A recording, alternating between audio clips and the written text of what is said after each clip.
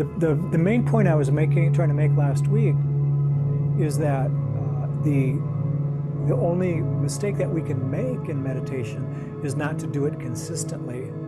And I use myself as an example. When I first started meditating, it didn't go so smooth for me, not in the slightest. I always thought I would love meditation, and I finally got around to trying it, and I had a difficult time. A lot of questions came to mind, like whether I was doing it right or not. And then when I started doing it every day consistently, all of those questions vanished, and it took off, and it just really worked for me. And it was really quite that simple. I also mentioned last week that the ego, I talked a little bit about the ego, and I said the ego hates meditation. And the reason that is, I have to say that, first of all, in Buddhism, the ego is referred to as the self. And in other areas of spirituality, let's say like in Hinduism, especially Western Hinduism, or more popular non-duality teachings, there's the self with a small s, and then there's the self with a capital S. And so if there is self-discovery, something that we discovered about ourself, that would be self with a capital S. So rather than talking about self with a small s or self with a capital S, I'm just calling the self with a small s the ego. And the ego is, many of us would kind of refer it to as like some kind of an enemy or something like that. But the ego is something that we all have. And I mentioned again last week that when we are aware of the ego and we know how to work with it, kind of shake hands with it, so to speak, it is very much a part of our lives that we can accept, and we learn how to work with it, whether we're in meditation or outside of meditation. Really, the question is, how do we identify the ego, and how do we learn to really work with it?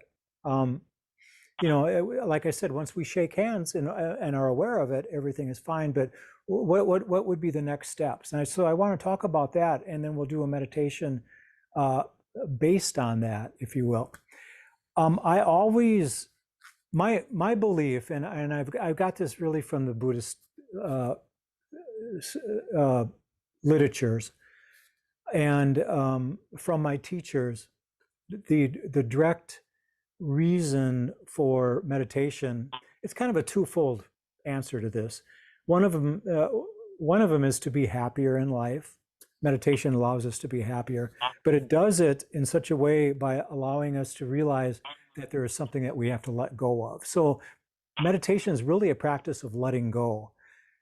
It's not something that we're trying to gain in the practice, although we could say that we do gain clarity and understanding and awareness the more we meditate, but that's not the goal of meditation. The goal of meditation is to reduce, to let go of certain things in our life. And that's very open right there. What are the certain things in our life that we're trying to let go of? And the things ideally that we could let go of are the things that are allowing, that are really a part of the ego that is doing the seeking for the things that it believes will make us happy. And we all know, and at least we've heard this, that our happiness can't be found in the material world. And as long as we do feel that our happiness can be found in things and substances, and is something tied to this world here, it really won't work. We might be able to find some kind of an agreement with that, and it can enhance our life. In other words, we can kind of feel like we're a child in a sandbox, the sandbox being the world, and us being the child, and we're playing in the sandbox, and so we're playing with this world of form, and we can actually have a pretty good time with it. I drove down to Tucson today and picked up some stuff, and I had a pretty good time. I was just kind of looking at the scenery and drove by Machu Picchu, not Machu Picchu, but Picancho Peak. I wasn't that far south, Machu Picchu, but Picancho Peak, and I remembered that I hiked it and went to the top and all that. So I had a nice time today. But in the back of my mind, I realized that these things aren't going to provide lasting happiness for me. Hey, Shane? And it's more so from that point of view is more so from a realization from the practice that when we go within, meditation is a practice of going within, we are really kind of not associating with the world. We are associating with our mind to a certain extent, but we're hoping that kind of dulls down. We're hoping the body is not going to interfere with our meditation. And when that happens, the ego, as I said last week, it doesn't like that because it starts to be, it starts to vanish. It starts to not exist. And it thinks that it's going to actually die. And there's many of us, if we would first meditate or first, purposely set aside all of the things in the world that we feel are going to provide our happiness, in a way, we would think that we are going to perish as individuals. We would probably initially first feel really guilty that I can't put this stuff out of my mind. All of these things that are going on in my world, if I put them out of my mind, these are my responsibilities. These are the things that I got to take care of. If I don't take care of them, who's going to take care of them? And then we start feeling guilty for this action, this mental concept of what we should be doing with our life. But the more we do that in meditation, and maybe other practices like going out in nature and doing things that we love to do, the ego doesn't like that as well. And so the more we do that, the more of a habit we get into as realizing that we don't need these material things for our happiness to be a part of who we really are, to discover what provides this happiness for us. And without that ego,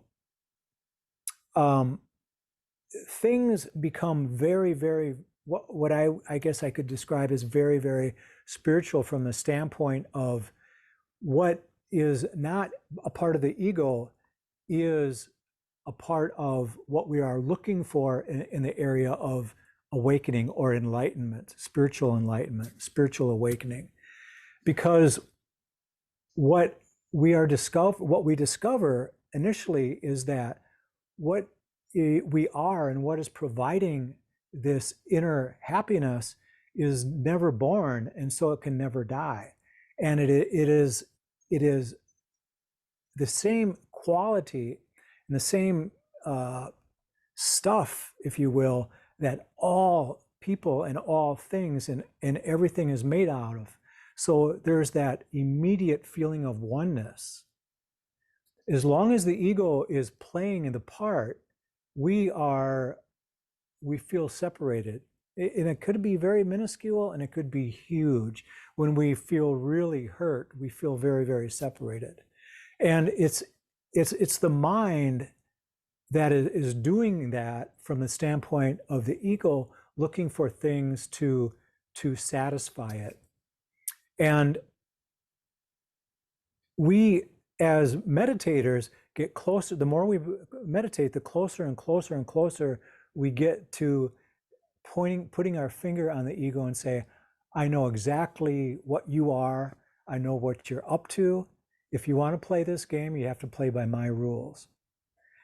And I honestly, truly believe that this is something that everybody will discover at some point, whether it's this lifetime or the next lifetime, or maybe it's even been discovered in a past lifetime, and it's coming into fruition now in this lifetime, and in different degrees. But I do believe, and the Buddha did say this, that everybody will become enlightened within their own time. Now, there's a lot of people believing that this period that we are in right now is a period of enlightenment. I can't say whether that's true or not, but there is a lot of speculation that the 2020s are, just a huge part of our like a global awakening, because in order for that to happen, we probably have to go through a fair amount of suffering in order to discover what the ego is, and to really handle it in such a way that we discover that we don't have to have any part of the ego. But the main message here is that when we learn to let go of the things that we've been seeking for, that we feel can provide our happiness, we get better, clearer glimpses of the egoless nature that we are. And this is referred to as our Buddha nature, pure awareness. Uh-oh, there's a cat. Uh-oh. And shh, shh, shh, don't. If she continues, I'm going to have somebody come in here and remove Zoe. I think she's okay right now. But anyway, I would like to do a meditation based on this. It'll be a guided meditation, and there'll probably be about 15 minutes of, maybe 20 minutes of silence, more towards the end, like we normally do. And that will begin in a couple of minutes. I just want to know if there's any questions from anybody before we begin that. You mentioned letting go. In some ways, though, for some people, isn't that running away from their issues too? I mean, yeah, isn't there a fine line there? Would that be fair to say? That's a good question. The thing that we absolutely, what we want to look at as far as letting go is personal to each individual. The thing that we most certainly want to let go of are the attachments that we have. And generally, the biggest thing of all that we want to let go of is our false notion of control, the feeling that we have to have this control, because it's relentless, it's non-ceasing. So, but you're right. If we have difficulties in life that we are working with, we owe it to ourselves, and maybe owe it to our loved ones, to remedy these things. So we are not really hiding or running away from anything. We are, we still want to work these things out, but each person, and that's I'm really glad you brought that up, Tim, because it's very important that we realize that each person here, each person in the world has their own particular things that they should be trying to let go of, or at least identifying that this would be a good idea, to work at letting these things go. Like I said, attachments, but even more so, anything that we feel that we are seeking for that will provide us happiness. And the Buddha was a very good example of that. He was really, the Buddha's story is the story of the ultimate seeker, and he was seeking enlightenment. He was seeking spiritual awakening, and that's really the story of the Buddha. And then once he found that, it was really such a wonderful realization that he started teaching, and he started teaching other monks, this process. Some of them woke up, some of them became enlightened, some of them, shed the ego in such a way, but others didn't, because just like now, another person can't cause another to wake up. All they can do is give them these suggestions and these ideas of how it can work. And it's really through the process of letting go of that which we are seeking. So I hope that answers your question, Tim. As we go through this meditation, perhaps it'll be a little bit more clear, because I'll give some examples of things that we can kind of do, because some of the it's a lot easier said than done, as far as, if I would tell somebody to just let go of all your problems, let go of anything, any agitation in the mind, just let it fall away, like dew on the grass or whatever. And it's not that easy. But there is different techniques and different things that we can do, because the mind is very, very habitual. And the more we do that in meditation, the more we can do it outside of meditation. So maybe we can come back to that question, if it's still a question afterwards too. I said, no, you've answered it. Okay, great. All right, thank you. I'm throwing it out just as a, just as a thought. Yeah, totally. Thank you. Anything else from anybody? Okay, wonderful. I suggest you make yourself comfortable. Gently close your eyes.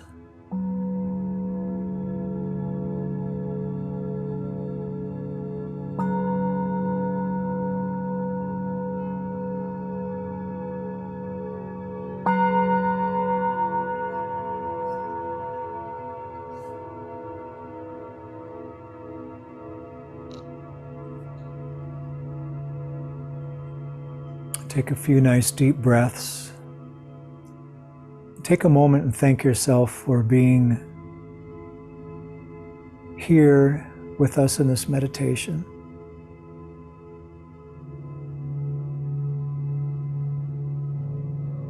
You're doing perhaps the most beneficial thing that you can do at this moment, and that is going within to discover what is within your own mind, and even beyond the mind.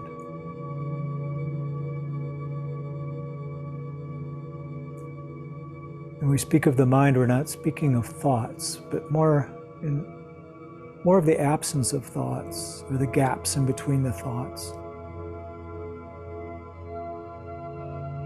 We're not thinking of, we're looking at memories or anything that has happened in the past. Meditation is a time of going within. It's not a time for planning or thinking about the future.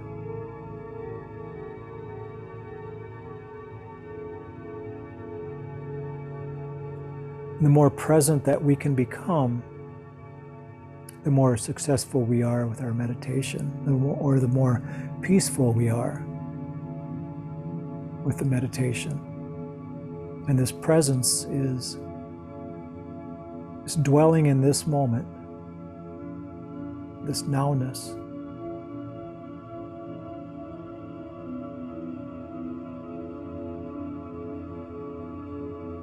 This isness, as some people might say. And one of the best ways we can do that is to focus our attention on a somewhat mundane object. And I invite you to use the breath if you like.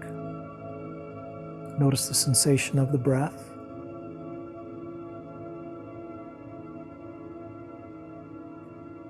You might find that your mind is very, very busy for whatever reason. Maybe you had a busy day. It's sometimes hard to shut it down. If that's the case, you might want to try counting the breaths a little bit. Breathing in and breathing out as one full inhalation, exhalation, one breath. Breathing in, breathing out as another breath, and so on. It's counting from 1 up to 10, or up to any number that you choose, maybe counting backwards.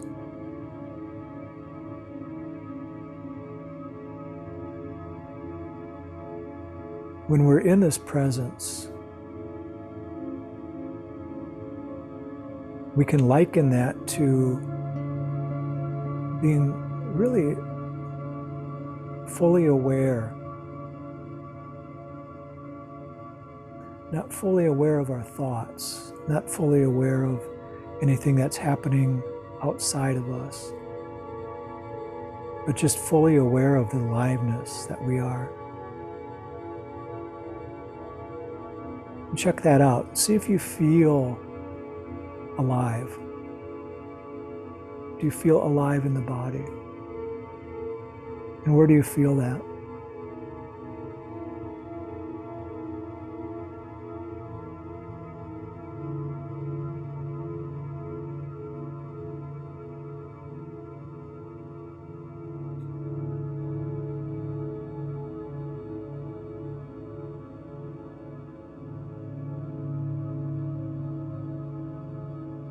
And so we have several things that we might work with.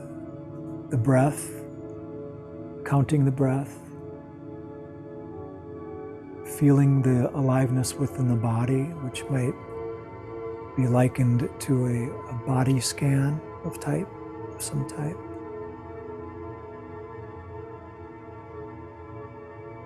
Just noticing the body in any way is an excellent meditation object.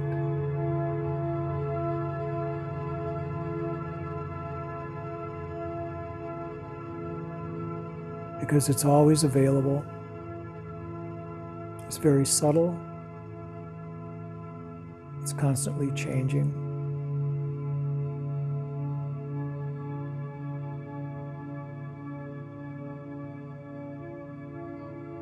And when we focus on the body, we can ask ourselves, what is actually doing the focusing? We feel like this body is us, but wouldn't it be more accurate to say that we are the awareness that can notice the body, that can notice the breath?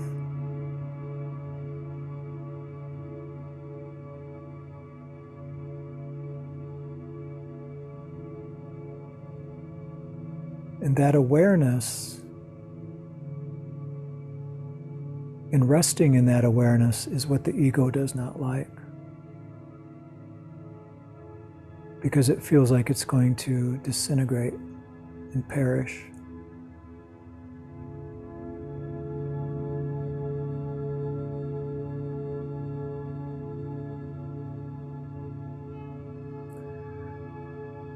But when we come out of that, the ego notices it and takes charge again.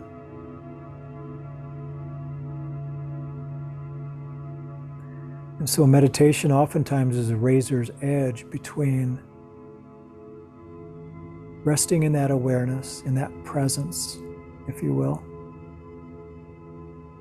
and kind of shaking off the ego. Noticing that it's kind of getting a grip on us, and we can kind of slip away from it perhaps.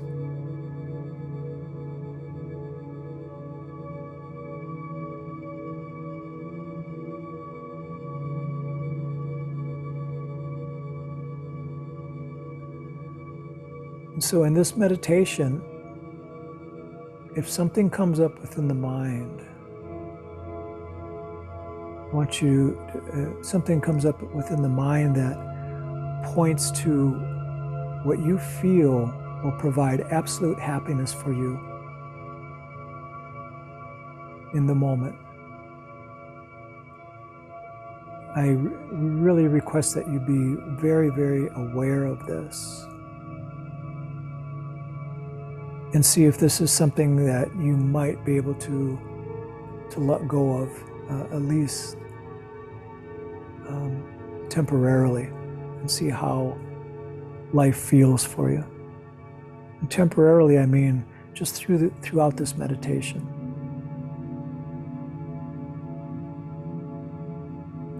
So in this meditation, ideally, there's no struggle. There's no trying to be, or trying to do, or trying to have.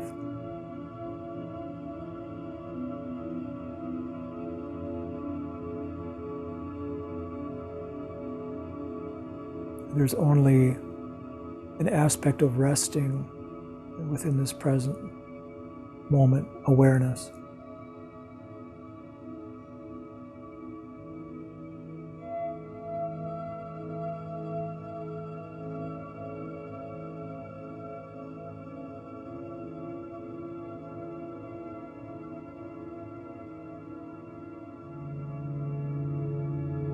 One exercise we can do is think of something that we did recently that brought about a great deal of joy for us.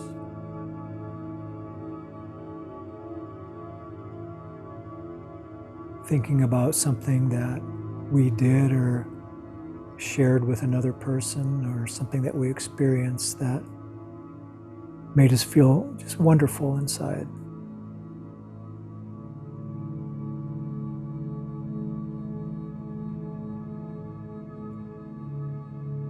And now looking at that experience as something that was perhaps very, very beneficial for us, something that we enjoyed, but not something that we can become attached to because of the danger that might happen if we become attached to it.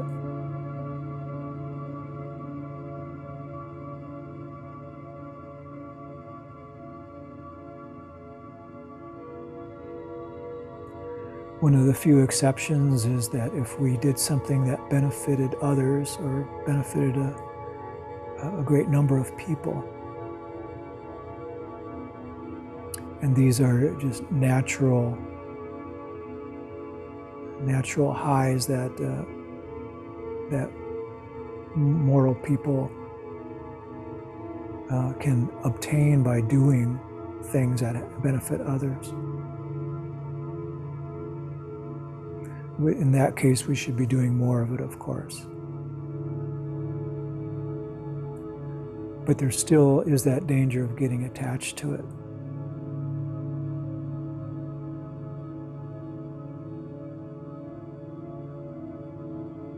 And so what in your world, what in your life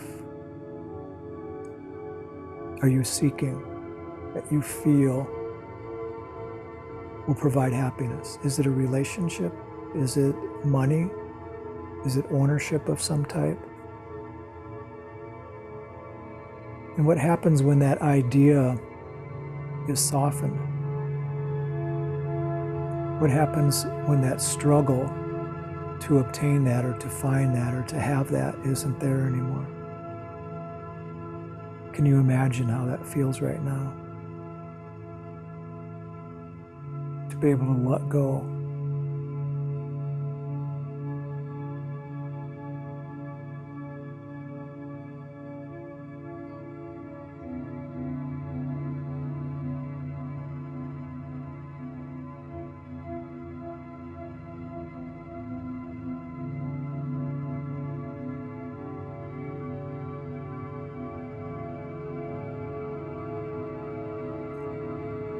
Many times letting go of these things is very, very difficult because we justify the wanting. We justify why we want things to be a certain way.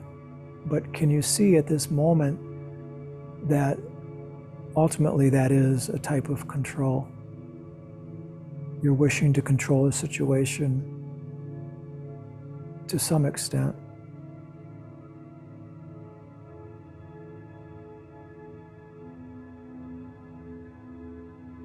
Can you possibly see where that might be the ego trying to control, trying to take control of your happiness to a certain extent?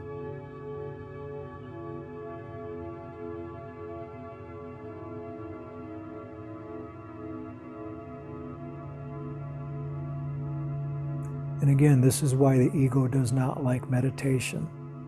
As you get closer and closer to discovering the aspect of the ego and what it's up to.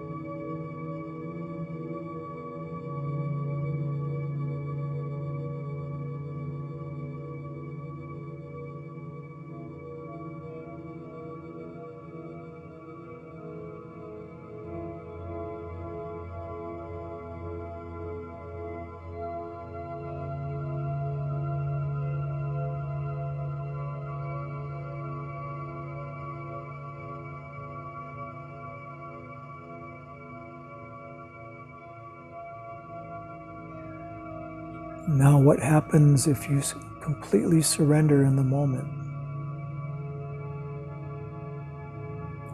If you let go or surrender all aspects of the past,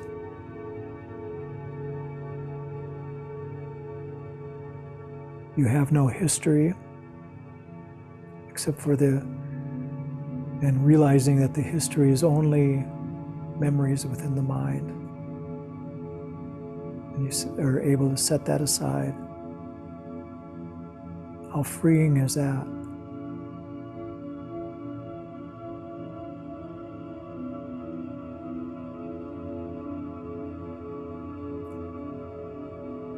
And for this moment, there is no struggling to become or be or do in the future. You realize that everything just is as is. Everything is the way it's supposed to be, and it will be the way it's supposed to be. So you're giving yourself permission to set aside the future as well as the past.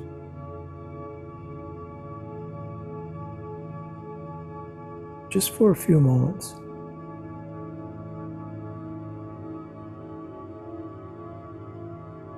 Surrendering is a habit that can take hold during meditation and outside of meditation. And it's not giving up on life. It's probably the most healthy thing you can do. We have trouble doing it even while we sleep. That's why meditation is so beneficial for us. And this whole process, the ego is deadly afraid of.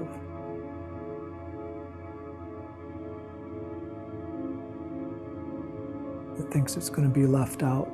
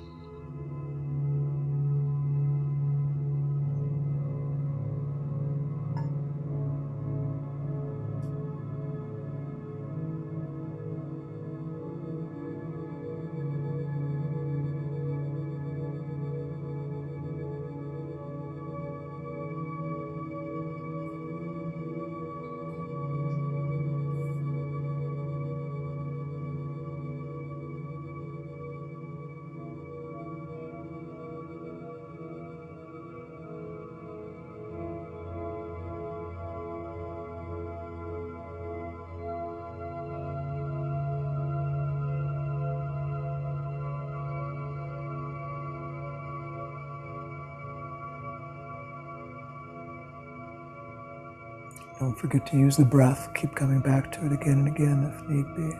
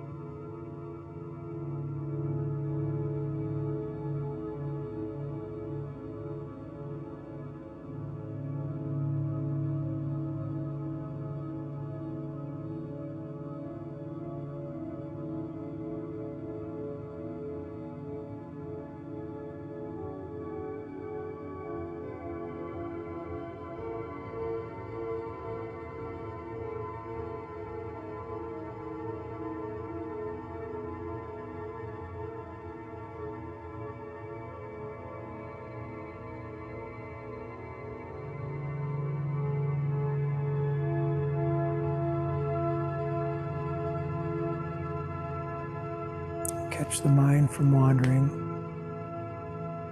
particularly wandering into something that the ego might feel is going to provide happiness.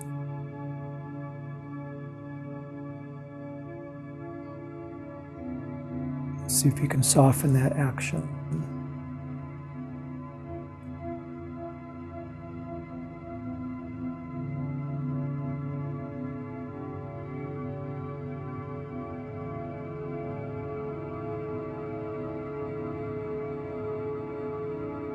Come back to the breath.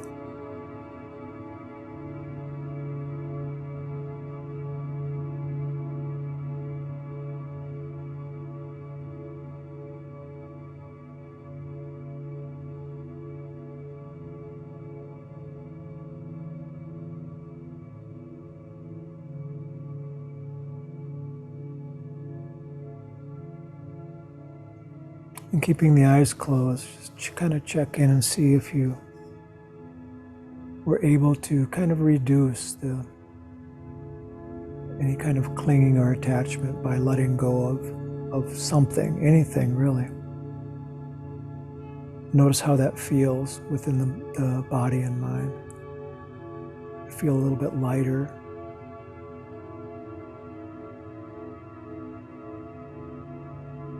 Perhaps a little bit freer. Not so concerned about control, doing or being or having.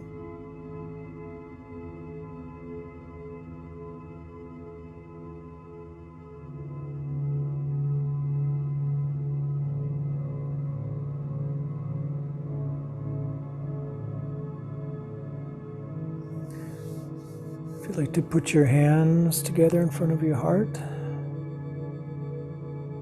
may each one of us and all beings be well, happy, and peaceful. May no harm come to us. May no difficulties come to us. May we all meet with spiritual and worldly success. May we have the patience, the courage, and the understanding to meet and overcome any problems or difficulties that we might face in life.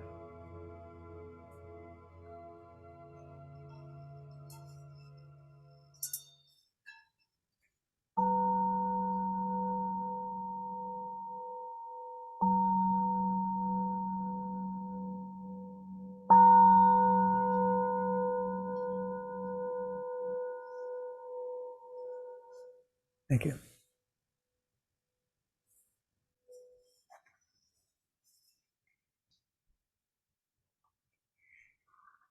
Feel free to open your eyes. Of course, unmute your microphones in case you might want to ask any questions or share anything. The